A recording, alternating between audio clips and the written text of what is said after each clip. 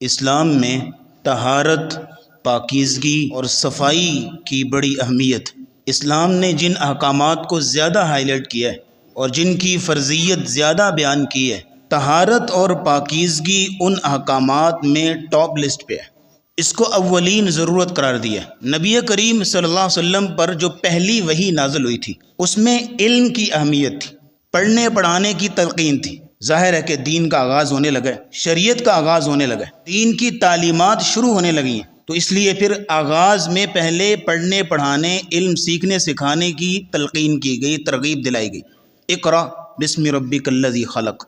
لیکن اس پہلی وحی کے بعد جو دوسری وحی نازل ہوئی ہے اس میں طہارت کے اور پاکیزگی کے احکام کی طرف توجہ دلائی گئی اور تلقین کی گئی۔ ظاہر ہے کہ آپ دین کی تعلیم کے لیے چل پڑیں، آپ دین کے احکامات کے لیے نکل پڑیں، آپ دینی تعلیمات سیکھنے اور اس پہ پریکٹیکل کرنے کے لیے نکل پڑیں، تو آپ کو سب سے زیادہ جس چیز کی ضرورت ہے وہ ہے طہارت، پاکیزگی، صفائی۔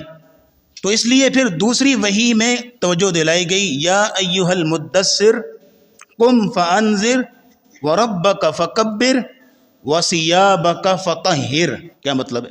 وثیابک فطہر، اپنے کپڑوں کو پاک صاف رکھو۔ نبی کریم صلی اللہ علیہ وسلم کو اتنا بڑا مشن دیا جانے لگا ہے، امت کی خیر خواہی، امت کی ہدایت، امت کی رہنمائی، اتنی بڑی ذمہ داری ان کے کندھوں پہ لا دی جانے لگی ہے، تو آغاز میں جس چیز کی طرف توجہ دلائی، کہا وثیابک فطہر، اپنے کپڑے پاک صاف رکھو، والرجز فہجر، اور گندگی سے، نجاست سے، پلیدی سے دور رہو، اپنے آپ کو نجاست سے بچاؤ۔ تو دوسری وحی میں اس چیز کی طرف توجہ دلائی گئی۔ لیکن یہاں یہ نوٹ کیجئے گا کہ اسلام ہم سے دو چیزوں کی طہارت مانگتا ہے، دو چیزوں کی صفائی مانگتا ہے۔ آپ چاہے مسجد میں ہیں، مسجد سے باہر ہیں، آپ گھر میں ہیں یا بازار میں ہیں، آپ خلوت میں ہیں، جلوت میں ہیں، اسلام ہر وقت دو چیزوں کی طہارت مانگتا ہے۔ اور اگر آپ نماز میں کھڑے ہیں پھر تو یہ دو چیزوں کی طہارت اور بھی زیادہ ضروری ہو جاتی ہے اگر آپ نماز کے لیے آتے ہیں۔ نمبر ایک، جسمانی طہارت، جو ظاہری طہارت، کہ جسم پاک صاف ہو، غسل کا اہتمام ہو، وضو اچھے سے کیا ہوا ہو، اور لباس پاک صاف ہو، سر کی ٹوپی سے لے کر پاؤں کی جرابوں تک جسم کا ہر کپڑا جو ہے وہ پاکیزہ ہو، پاک ہو، ہر قسم کی پلیدی سے پاک ہو۔ یہ ظاہری طہارت جو اسلام ہم سے مانگتا ہے۔ ظاہر ہے کہ انسان نماز میں کھڑا ہونے لگا ہے تو اعزاز کیا ہے؟ سبحان اللہ، حدیث میں آتا ہے کہ جب بندہ نماز کے لیے کھڑا ہوتا ہے فَإِنَّهُ يُنَاجِي رَبَّهُ، وہ اپنے رب سے ہم کلام ہوتا ہے، اپنے رب سے سرگوشیاں کر رہا ہوتا ہے۔ تو اپنے رب سے ملاقات کرنی ہے، سرگوشیاں کرنی ہے، تو پھر اس کے لیے پروٹوکول بھی اسی طرح کا ہونا چاہیے، جسم پاک صاف ہو، لباس اچھا ہو، صاف ہو، اور یہ ہے کہ خوبصورت زینت اختیار کر کے اپنے رب کے سامنے آگے کھڑا ہو پورے اہتمام کے ساتھ۔ یہ طہارت نوٹ کیجئے پہلی۔ دوسری طہارت جو اسلام ہم سے مانگتا ہے وہ ہے قلبی طہارت، دل کی طہارت، جس کو باطنی طہارت بھی کہہ لیجئے، انٹرنل پیورٹی جو کہہ سکتے ہیں آپ، اندرونی جو طہارت ہے، کہ دل بھی پاک صاف ہو، اس میں کوئی شرکیہ نظریات نہ ہوں، شرکیہ عقائد نہ ہوں، مشرکانہ اور بدعتی سوچ نہ ہو، گناہ کے جذبات اور گناہ کے ارادے نہ ہوں، حسد، بغض اور نفرت نہ ہو کسی کے لیے، یہ دل بھی پاک صاف ہو۔ سر جی، اگر آپ نے جو انتہائی برانڈڈ کپڑے پہنے ہوئے ہیں، VIP جبے کبے پہنے ہوئے ہیں، امامہ بھی ایسا باندھا ہوا لاجواب، نماز میں کھڑا ہے، کپڑوں کو دیکھ کے ہر بندہ رشک کر رہا ہے، کیا کمال کا برانڈ پہنا ہوا ہے، لیکن اس کے دل میں دسیوں لوگ ایسے ہیں جو اولاد دیتے ہیں، اس کی سوچ میں دسیوں لوگ ایسے ہیں جو شفا بھی دیتے ہیں، 10 ایسے ہیں جو عالم الغیب بھی ہیں، اللہ کو چھوڑ کے ان کو بھی پکارا جا سکتا ہے۔ سر اللہ نے اس کے جبوں کبوں کو کیا کرنا ہے؟ اللہ نے اس کے برانڈ کپڑے کو کیا کرنا ہے؟ جتنے مرضی اچھے پہنے ہوئے ہو۔ تو دونوں طہارتیں چاہیے، ظاہری طہارت بھی اور باطنی طہارت بھی۔ اور نماز کے لیے طہارت سب سے اہم چیز ہے۔ نبی اسلام کی حدیث ہے، لا تقبل صلاۃ بغیر طہور، اللہ رب العزت بغیر طہارت کے، بغیر پاکیزگی کے، بغیر وضو کے کوئی نماز قبول نہیں کرتے۔ ایک حدیث میں آتا ہے، لا يقبل اللہ صلاۃ احدکم اذا احدث حتى يتوضأ، تو میں سے کسی شخص کی نماز قبول نہیں ہوتی جب وہ بے وضو ہو جائے، جب تک کہ پلٹ کے وضو کر کے نہ آئے۔ بے وضو ہو گیا، وضو ختم ہو گیا، مقتدی ہے مصلی امامت پہ کھڑا امام بھی ہے، تو وہ اپنی نماز جاری نہیں رکھ سکتا۔ وضو کر کے پھر اس کی نماز ایکسیپٹیبل ہوگی۔ اور نبی اسلام کی ایک اور حدیث اس زمن میں سن لیجیے، فرمایا مفتاح کل صلاۃ الطہور، ہر نماز کی چابی طہارت ہے، ہر نماز کی چابی وضو ہے۔ سر چابی نہ ہو تالا کھول لیں گے؟ اور پھر اس کے بعد جب تک چابی نہیں ہوگی تالا نہیں کھلے گا، اور پھر چابی ہر قسم کی چابی سے تالا نہیں کھلتا، اس کے دندانے تالے کے ساتھ میچ کرنے چاہیے۔ اس طرح ہر قسم کے وضو سے نماز نہیں ہوتی۔ سر وہی وضو قابل قبول ہے جو رسول اللہ نے سکھایا ہوا ہے، وہ ہوگا تو پھر نماز ہوگی۔ اور طہارت کی اس قدر اہمیت بیان کی رسول اکرم صلی اللہ علیہ وسلم نے کہ اس میں ذرا برابر بھی کوتاہی قابل قبول نہیں۔ صحیح مسلم میں امام مسلم ایک واقعہ نقل کرتے ہیں، صحابہ کرام ایک سفر میں تھے، نماز کا وقت ہوا۔ اب سفر میں ان کے پاس پانی کتنا کو میسر ہوگا؟ کچھ لوگوں نے جلدی جلدی وضو کیا، اور اب جلد بازی میں چونکہ پانی بھی اس کی بھی قلت ہے، تو کچھ صحابہ کی ایڑیاں خشک رہ گئی، وضو کی اذان صحیح طریقے سے دو نہیں سکے۔ رسول اللہ کی نظر پڑی، آپ علیہ السلام نے آواز لگائی، فنادا بأعلی صوت، بلند آواز سے کہا، ویل للأعقاب من النار، جہنم کی آگ ہو ان ایڑیوں کے لیے جو خشک رہ گئی، جہنم کی آگ ہو۔ کن کو کہا جا رہا ہے؟ صحابہ، جو رسول اللہ کے سامنے نمازیں پڑھتے تھے، رسول اللہ کی مجلس میں بیٹھتے تھے، رسول اللہ کے سامنے بیٹھ رسول اللہ کو دیکھتے تھے، ان کے بارے میں یہ الفاظ سنا دیے کہ ویل للأعقاب من النار، وضو کے دوران جن کی ایڑیاں خشک رہ گئی ان کے لیے جہنم کی آگ ہو۔ آج کا شخص جو ہے وہ پورا پاؤں ہی نہ دھوئے تو اس کے لیے جنت ہوگی، اور کہے کہ بغیر جرابوں کے بھی پاؤں میں مسا ہو جاتا ہے۔ یہ کہاں سے دین لے آپ؟ ایڑی خشک رہ جائے تو جہنم کی وعید ہے، تم پورا پاؤں ہی نہ دو تو تمہارا وضو ہو گیا، سبحان اللہ۔ اور پھر یہیں تک بس نہیں ہے، نبی کریم صلی اللہ علیہ وسلم نے ایک شخص کو دیکھا، اس نے وضو کیا اور نماز کے لیے آیا، اس کو دیکھا کہ ایک ناخن کے برابر وضو کے اعضاء میں سے ایک جگہ خشک ہے۔ نبی اسلام کی نظر پڑی، آپ نے فرمایا ارجع فاحسن وضوءک، پلٹ جا اور اپنا وضو اچھے طریقے سے کر کے آ، اور دوبارہ وضو کر کے آ۔ پھر اس نے آگے نماز پڑھی، تو معلوم ہوا کہ نماز کے لیے طہارت اور پاکیزگی کس قدر ضروری ہے۔ اور پھر اس ضمن میں آخری حدیث، پھر آگے چلتے ہیں۔ نبی کریم صلی اللہ علیہ وسلم بیان فرماتے ہیں، صحیح الترغیب کی روایت، ایک شخص کو قبر میں 100 کوڑے مارنے کا حکم ہوا، قبر میں 100 کوڑے مارے جائے۔ وہ چیخنے لگا، چلانے لگا، تڑپنے لگا، یا اللہ قصور کیا ہے؟ 100 کوڑے کھانے کی ہمت نہیں، کرتے کراتے کہا چلو 1 کوڑا مارو، 100 میں سے ایک کوڑا جیسے ہی لگا اس کو، تو اس کی پوری قبر جہنم کی آگ سے بھر گئی۔ جب عذاب تھوڑا سا ہلکا ہوا تو صحیح ترغیب کی روایت ہے، اس نے پوچھا یا اللہ قصور کیا ہے؟ اے کوڑا مارنے والا بتاؤ تو صحیح جرم کیا ہے؟ تو اسے کہا گیا صلیت صلاۃ واحدا بغیر طہور، تم نے زندگی میں ایک نماز بغیر وضو کے پڑھی تھی، بغیر طہارت کے پڑھی تھی، بغیر پاکیزگی کے پڑھی تھی۔ سر جی یہ کوئی غیر سنجیدہ معاملے نہیں ہیں، یہ کوئی معمولی معاملے نہیں ہیں۔ جو بغیر وضو کے نماز پڑھے اس کی یہ سزا ہے کہ ایک کوڑا مارنے سے پوری قبر جہنم کی آگ سے بھر گئی۔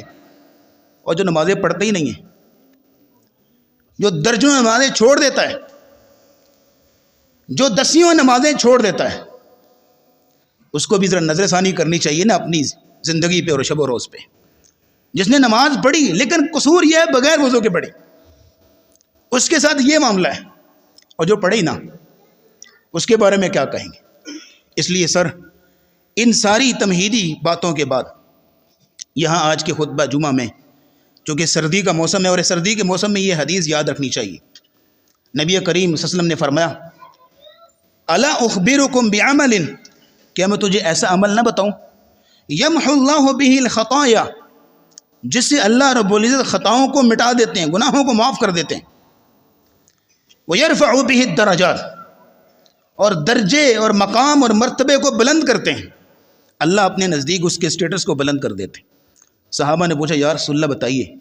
نبی اسلام نے فرمایا انتظار الصلاۃ بعد الصلاۃ، ایک نماز کے بعد دوسری نماز کا انتظار کرنا، اور ہر نماز کے لیے چل کے مسجد جانا، اور تیسرے نمبر پہ فرمایا اسباغ الوضوء علی المکارہ، ناپسندیدگی کی صورت میں، انتہائی تکلیف کی صورت میں بھی کوئی شخص پورا اور اچھے طریقے سے وضو کرتا ہے، یہ ایسا عمل ہے کہ اللہ اس کی خطاؤں کو مٹا دیتے ہیں، اس کے درجات کو بلند کرتے ہیں۔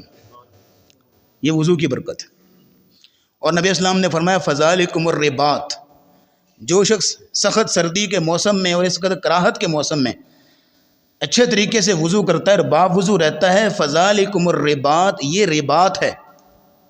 صحابہ نے پوچھا رباط کیا ہوتا ہے؟ رباط کہتے ہیں کہ جان ہتھیلی پہ رکھ کے دشمن کے سامنے کھڑا ہونا اور اپنی سرحدوں کی حفاظت کرنا، اس کو رباط کہتے ہیں۔ آسان کام ہے کہ ایک شخص جو ہے وہ کھڑا اسلحہ لے کے اپنی سرحدوں کی حفاظت کر رہا ہے، اللہ کے راستے میں کھڑا ہے، راتوں اور دنوں کو چوکیداری کر رہا ہے۔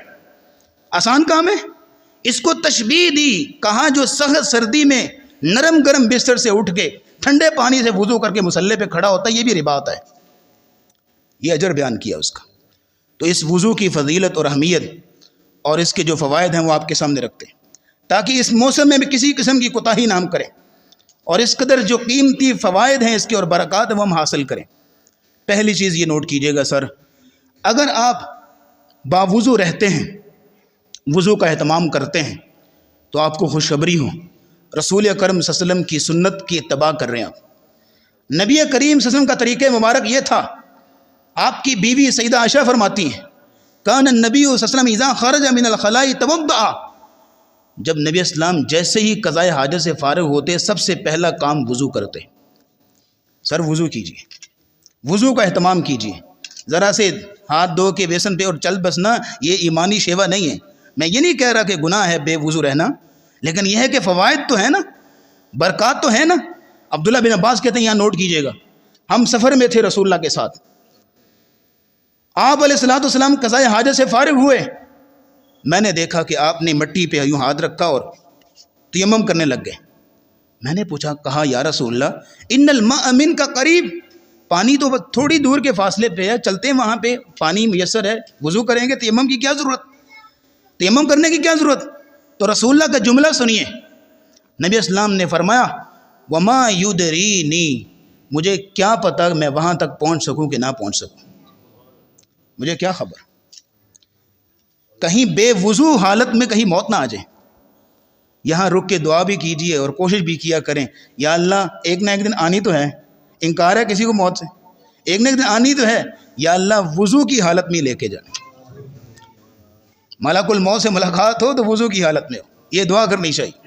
نبی اسلام نے فرمایا وما یدرینی لعلی لا ابلغہ، مجھے کیا پتا میں وہاں تک پہنچ سکوں کہ نہ پہنچ سکوں۔ یہ رسول اللہ تھے جن پر وحی اترتی تھی، ان کو نہیں پتا کہ میں وہاں تک پہنچ سکوں کہ نہ پہنچ سکوں، میں ابھی اہتمام کروں۔ لیکن آج جن کو کہا جائے سر نماز پڑھنا کریں، نماز کا اہتمام کریں. ٹھیک ہے حاجی صاحب کل سے شروع کروں گا. اچھا بس یہ دکان سیٹ ہو جائے پھر نماز شروع کروں گا. اچھا یہ بس یہ بیٹی کی شادی سے فارغ ہو جاؤں پھر نماز شروع کروں گا, پھر تہجد بھی نہیں چھوڑوں گا. رسول اللہ کو خبر نہیں ہے جن پر وحی اترتی ہے کہ میں وہاں تک نہیں پہنچ سکوں گا. یہ آپ کے پاس زیادہ وحی آتی ہے جناب. آپ کو پتہ ہے کہ آپ کل تک زندہ رہیں گے اور کل سے آپ نمازیں شروع کر سکیں گے. اس لیے جو موقع ہے اس کو غنیمت سمجھو. تو نبی کریم صلی اللہ علیہ وسلم اس قدر وضو کا اہتمام کرتے, اور اگر آپ وضو کا اہتمام کریں گے یہ ایمان کی نشانی ہے, ایمان کو بڑھاتا ہے. باقی فضیلت بیان کروں میں بعد میں, پہلے آپ سے پوچھ لیتا ہوں. ایک شخص بغیر وضو کے بیٹھا ہے, زبان پہ کچھ نہ کچھ بولتا ہے, الٹا سیدھا بول دیا, الٹا سیدھا دیکھ لیا, الٹا سیدھا سن لیا, اس کی ایمانی اور روحانی کیفیت کیا ہوگی آپ اندازہ لگا لیجئے. اور دوسری سائڈ پہ جو شخص ابھی وضو کر کے باہر نکلا ہے اور زبان پہ اشہد ان لا الہ الا اللہ وحدہ لا شریک لہ واشہد ان محمد عبدہ ورسولہ, یہ کلمات اپنی زبان پہ پڑھ رہا ہے, کیا دونوں کی ایمانی کیفیت ایک ہوگی؟ فرق پڑتا ہے کہ نہیں پڑتا؟ اگر مایوسی ہو رہی ہے, اگر کسی قسم کا کوئی نا امیدی پیدا ہو رہی ہے, عبادات کے اندر سستی پیدا ہو رہی ہے, اگر کسی قسم کی قلق اور اضطراب اور بے چینی پیدا ہو رہی ہے, سر جھٹ سے اٹھ کے وضو کیجئے اور اس کے بعد آپ دیکھیے کہ آپ کی ایمانی کیفیت کیا بنتی ہے.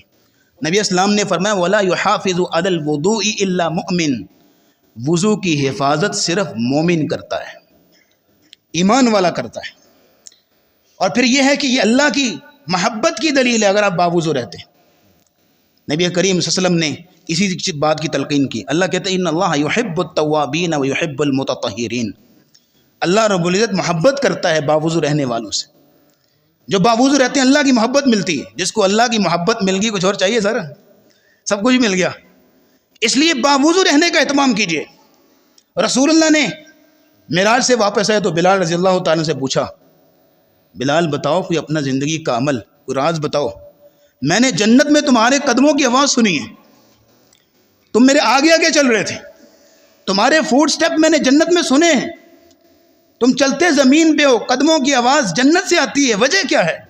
کون سا عمل کرتے ہو؟ یا رسول اللہ کیا عمل کرنا, جو آپ بتاتے ہیں وہی کرتے ہیں, لیکن ایک عمل مجھے لگتا ہے کہ میرا بڑا اہم ہے, وہ یہ ہے کہ میں ہر وقت باوضو رہتا ہوں, اور جب بھی وضو ختم ہو وضو کرتا ہوں, اور ہر وضو کے بعد کم از کم 2 رکعتیں ضرور پڑھتا ہوں. نبی اسلام نے فرمایا یہی وہ عمل ہے کہ تم چلتے زمین پہ ہو, قدموں کی آواز جنت سے آتی ہے. یہاں یہ بات نوٹ کیجئے سر, چلے ساری باتیں چھوڑیں, میں تو کہتا ہوں میں نیچے اترا ہوں, یہی بات کر کے بات ختم ہو جاتی ہے. اگر اللہ یہ مقام بلال کو دے سکتے ہیں, ہمیں نہیں دے سکتے کہ ہم چلیں زمین پہ اور قدموں کی آواز جنت سے آئے؟ ہمیں نہیں مل سکتا؟ مل سکتا ہے. کب؟ جب بلال والا عمل کریں گے, ہر وقت باوضو رہنا.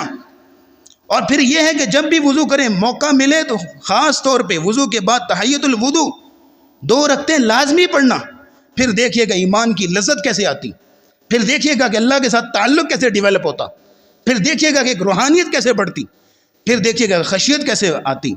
پھر آپ یہ نہیں کہیں گے کہ سوچ اچھی نہیں ہے, پھر آپ یہ نہیں کہیں گے کہ سوچیں بڑی ادھر ادھر کی آتی ہیں, پھر آپ یہ نہیں کہیں گے سر کہ گناہ کے جذبات بڑے اٹھتے ہیں, پھر آپ یہ نہیں کہیں گے کہ میرا اللہ سے تعلق نہیں بن رہا, نماز کی روٹین نہیں بن رہی. سر جس نے وضو رہنے کی روٹین بنا لی, باقی ساری روٹینیں اللہ سیٹ کر دیتا ہے. وضو رہنے کی, باوضو رہنے کی روٹین. اگر کوئی ایسا موقع بن گیا ہے کہ کوئی عبادت میں سستی پیدا ہو رہی ہے نا, تو اس حدیث کو سامنے لے آئیں. حدیث کون سی ذرا؟ اللہ کہتے ہیں کہ میرا بندہ ایک بالشت میرے قریب آتا ہے, میں ایک ہاتھ اس کی طرف بڑھتا ہوں. اچھا اس حدیث پہ عمل کیسے, ایک بالشت بڑھنا اور اللہ کا ایک ہاتھ جو ہے وہ آنا, اس پر عمل کیسے ہوگا؟ اس موقع پہ آپ کچھ نہ کریں, اپنے آپ کو اٹھا کے ایک دفعہ وضو کروا لیں. یہ آپ کا اللہ کی طرف ایک بالشت اٹھنا ہے, جانا ہے. پھر دیکھیے کہ اللہ ایمان کی لذت اور روحانیت کیسے دیتا, اور کیسے اللہ رب العزت, جیسے اللہ کہتے ہیں میرا بندہ میرے طرف چل کے آتا ہے, میں دوڑ کے آتا ہوں. اللہ کے اس دوڑ کے آنے کو جس طرح اس کی شان کو لائق ہے, آپ خود محسوس کریں گے کہ میرے ساتھ کون سی فیلنگ ہو رہی. اور پھر یہ ہے کہ اللہ ایک اور بھی مقام دیتے ہیں جو باوضو رہتا ہے. اللہ اس کو یہ مقام دیتے ہیں کہ جو بھی وہ لفظ منہ سے نکالتا ہے, اللہ اس کی ہر دعا کو اور ہر کہی بات کو قبول کر لیتے ہیں. یہ اس کو مرتبہ ملتا ہے.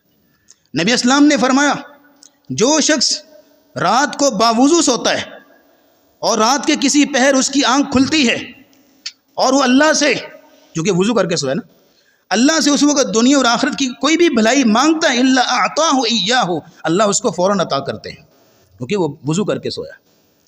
اب دیکھیے گا کہ جو شخص وضو کرتا ہے نا اور باوضو رہتا ہے، ذرا سنیے گا مقام دیکھیے گا، باوضو رہتا ہے اس کو مرتبہ کیا ملتا ہے، مقام کیا ملتا ہے۔ اب وضو کر کے تو وہ شراب خانے کی طرف چل کے تو نہیں جائے گا نا،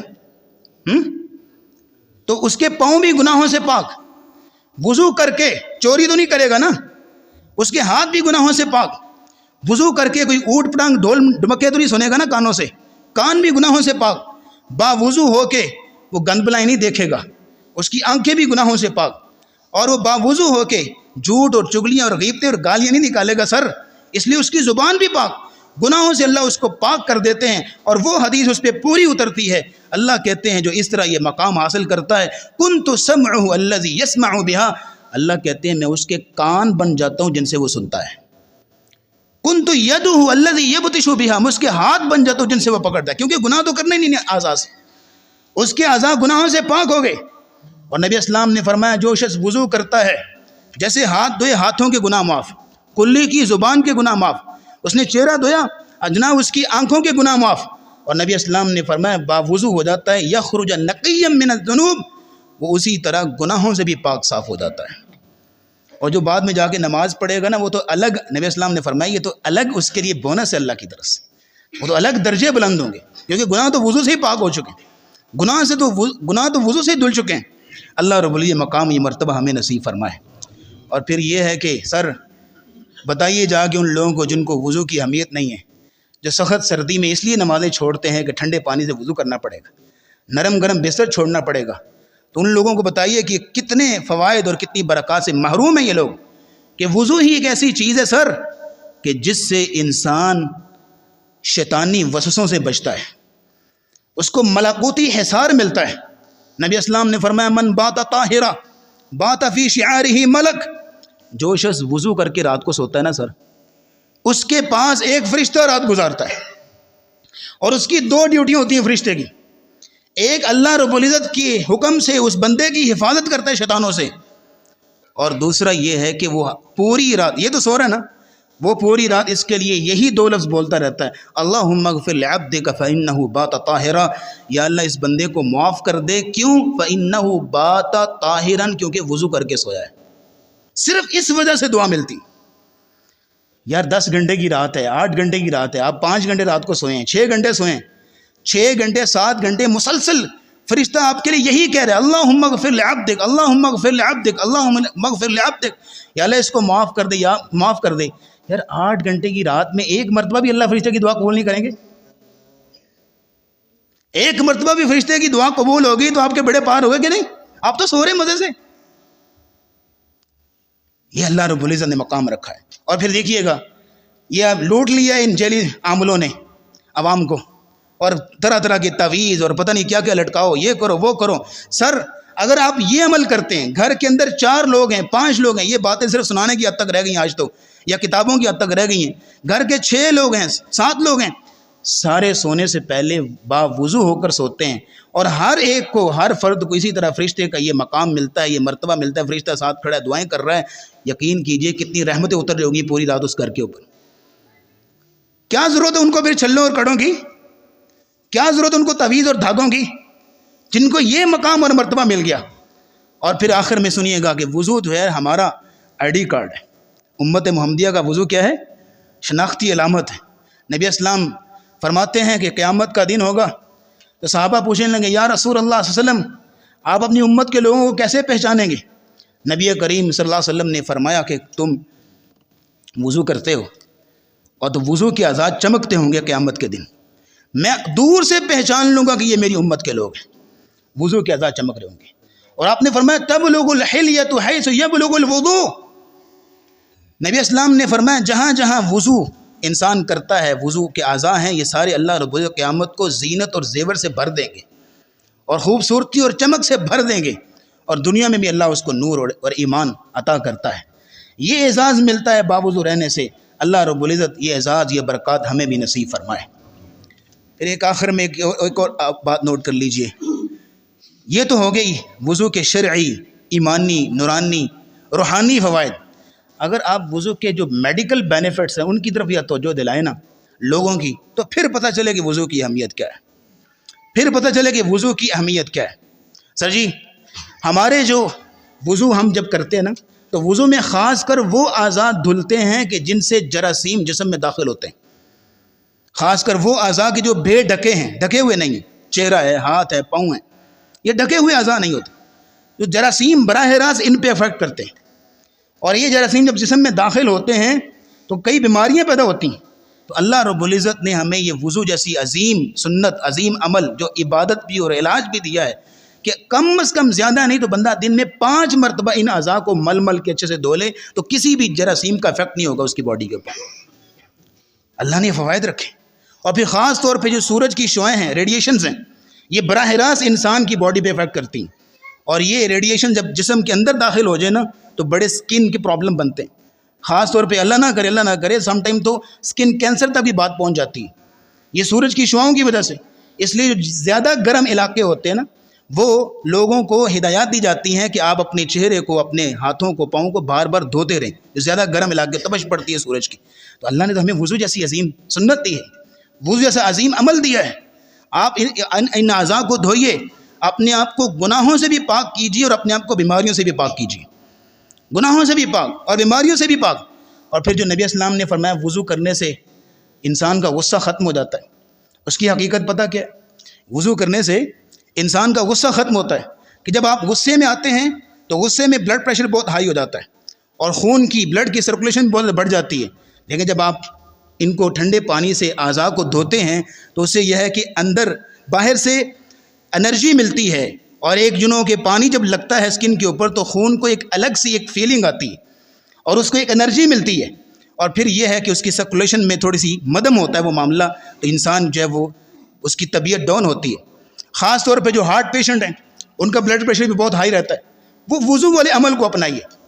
اور چلو ساری باتیں چھوڑیں، آپ اگر کسی ایسی کیفیت میں ہے کہ مایوسی ہے، ایسی کیفیت میں ہے کہ غصہ بہت زیادہ ہے، اس حالت میں آپ اپنا بلڈ پریشر چیک کر لیں اور پھر اٹھ کے جا کے وضو کر کے اور اچھے طریقے سے اپنے اعضاء کو، وضو کے اعضاء کو سنت کے مطابق مل مل کے دھو کے، اور پھر اس کے بعد آ کے اشہد ان لا الہ الا اللہ وحدہ لا شریک لہ واشہد ان محمد عبدہ ورسولہ پڑھیے گا۔ اس کے بعد اپنا بلڈ پریشر چیک کیجیے گا، سر آپ کو فرق محسوس ہو جائے گا، پتہ چل جائے گا کہ رسول اللہ صلی اللہ علیہ وسلم نے یہ عمل کیوں بتایا، پتہ چل جائے گا کہ رسول اللہ صلی اللہ علیہ وسلم اس کا اہتمام کیوں کرتے تھے۔ اور خاص طور پہ ایک آخری بات، خاص طور پہ جو ڈپریشن کے مریض ہیں ان کے لیے تو وضو سے بڑھ کے اور علاج ہی کوئی نہیں۔ جرمنی میں ایک سیمینار ہوا تھا جس میں ایک ڈاکٹر نے اپنا ایک کی ریسرچ، اپنی تحقیق پیش کی۔ اس نے کہا کہ میں چاہتا ہوں، ماہر نفسیات تھا وہ، اس نے کہا میں چاہتا ہوں کہ بغیر ادویات کے، بغیر میڈیسن کے ڈپریشن کے مریضوں کا علاج کیا جائے۔ اس نے ایک ایکسپیریمنٹ کروایا کہ ہر 2 گھنٹے بعد، 3 گھنٹے بعد یا دن میں 4 سے 5 مرتبہ مریضوں کو کہتا تھا کہ آپ نے منہ دھونے، ہاتھ دھونے اور پاؤں دھونے۔ اس نے 1 مہینے بعد، 2 مہینے بعد رزلٹ نکالا، بغیر میڈیسن کے اللہ نے ان کو شفا دی، بغیر میڈیسن کے ان کو شفا مل گئی۔ تو ہمارے پاس تو یہ وضو ہے، آپ دن میں کم از کم تو 5 مرتبہ یا دن میں 6 مرتبہ آپ جب بھی جو ہے وہ وضو کرتے ہیں تو اس سے ہوگا کیا کہ آپ کو بہت ساری مایوسیوں سے، بہت ساری جو ہے بے سکونیوں سے اللہ نجات دے گا۔